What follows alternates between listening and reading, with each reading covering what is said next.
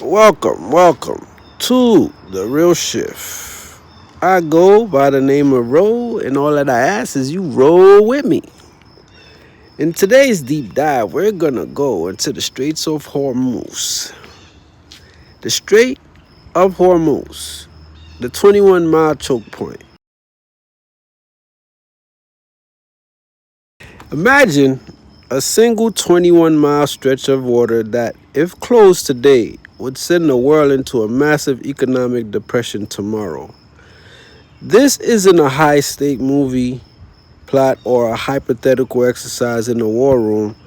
This is the reality of the Strait of Hormuz. While the daily headlines focus on the noise of short term politics, the real story, the one that dictates the rise and fall of nations, is about who controls the pulse of global trade. Today, we are going deep into why this tiny gap of water is arguably the most dangerous and most consequential maritime passage on Earth. To understand the stakes, we have to look past the blue water and focus on the numbers. Roughly one-fifth of the world's total oil consumption passes through this strait every single day. We are talking about over 20 million barrels of oil. Whether you live in Europe, Asia, and the United States, the price of your groceries, the cost of your gas, and the stability of your electricity grid are tied directly to this narrow channel. It is the jugular vein of the global energy market. But as we look closer, we see that this isn't just about oil anymore. It's about a fundamental shift in global power and the fragility of the systems we take for granted. Geography is destiny in the Straits of Hormuz. At its narrowest point, the shipping lanes are only 2 miles wide in either direction. Think about it. That think about that. The entire global economy squeezed into a corridor narrower than most city outskirts. On one side, you have the rugged coastline of Iran. On the other, the Musandam Peninsula of Oman. This proximity creates a permanent state of high alert. When a tanker enters these waters, it isn't just navigating a sea route. It is navigating a geopolitical minefield where a single miscalculation could trigger a domino effect across the world's stock exchange. Before we dive into the military chess match happening in these waters, I want to take a moment to welcome our regular viewers back to the channel. On this platform, we make it our mission to look past the surface level news. We want to see how these tectonic shifts in geography and policy actually reshape our lives. If you value these deep dives into global shifts that the mainstream media often overlooks, I invite you to subscribe and join our community. We are building a space for people who want the full picture, not just a 30-second soundbite.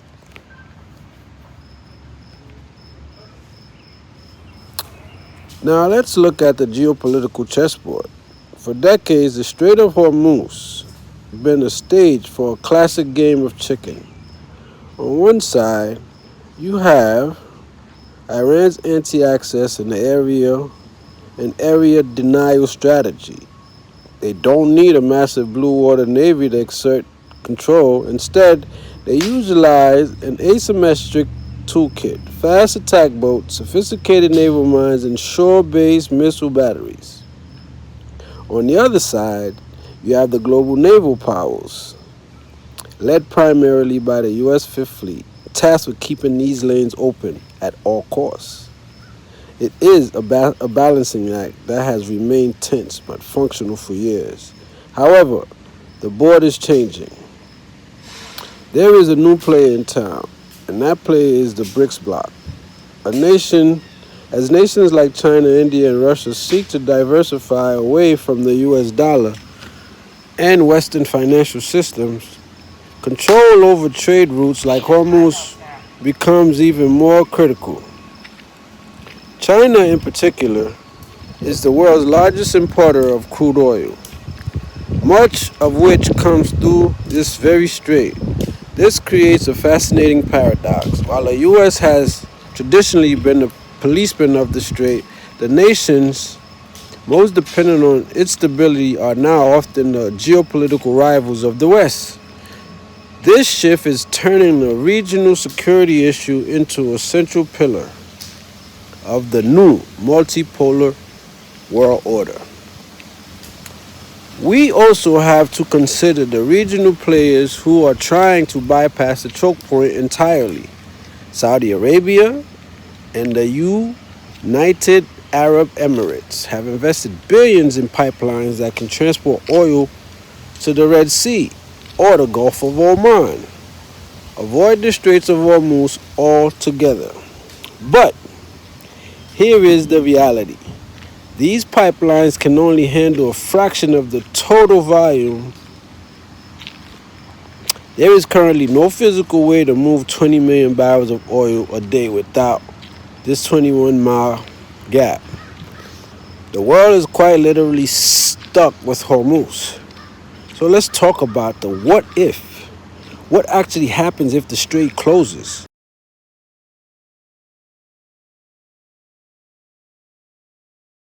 We've seen tanker wars before, most notably in the 1980s during the Iran-Iraq War. But the world of the 1980s was not hyper-connected, just-in-time world of today. Today, the technology of denial is far more advanced. We aren't just talking about old-fashioned mines. We are talking about swarms of suicide drones, precision-guided cruise missiles, and sophisticated cyber warfare capabilities of blinding a tanker's navigation system. If the straits were to be blocked for even a week, the ripple effect would hit the global supply chain harder than the 2020 lockdowns. Insurance rates for shipping would skyrocket instantly, making it too expensive for most vessels to even attempt the journey.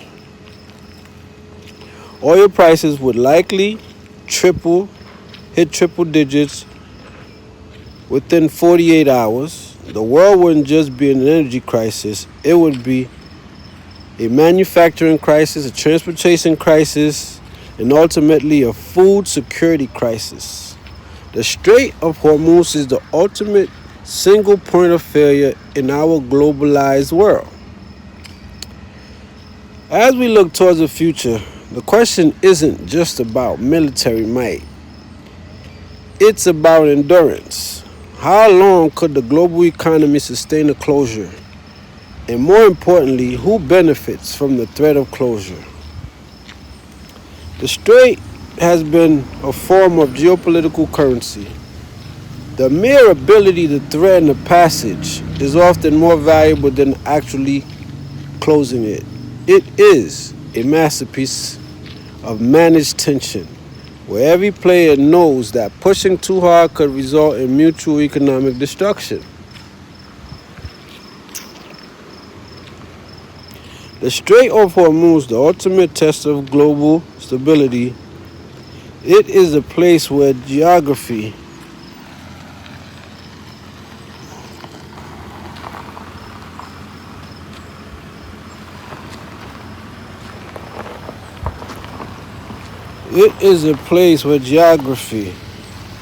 energy, and ancient rivalries collide with modern technology. It forces us to ask, is this a ticking time bomb? Or is the independence of the modern world enough to keep the peace? I want to hear from you. Given the rise of BRICS nations and the shifting alliances we see in the Middle East, who do you think holds the real power in the strait today?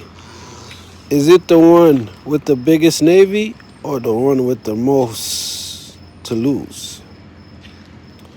Drop your thoughts in the comments below. I'll be jumping in to join the conversation. If you found this breakdown helpful, please hit the like button and share this video. Help us continue to bring you these deep dives into the forces shaping our world today.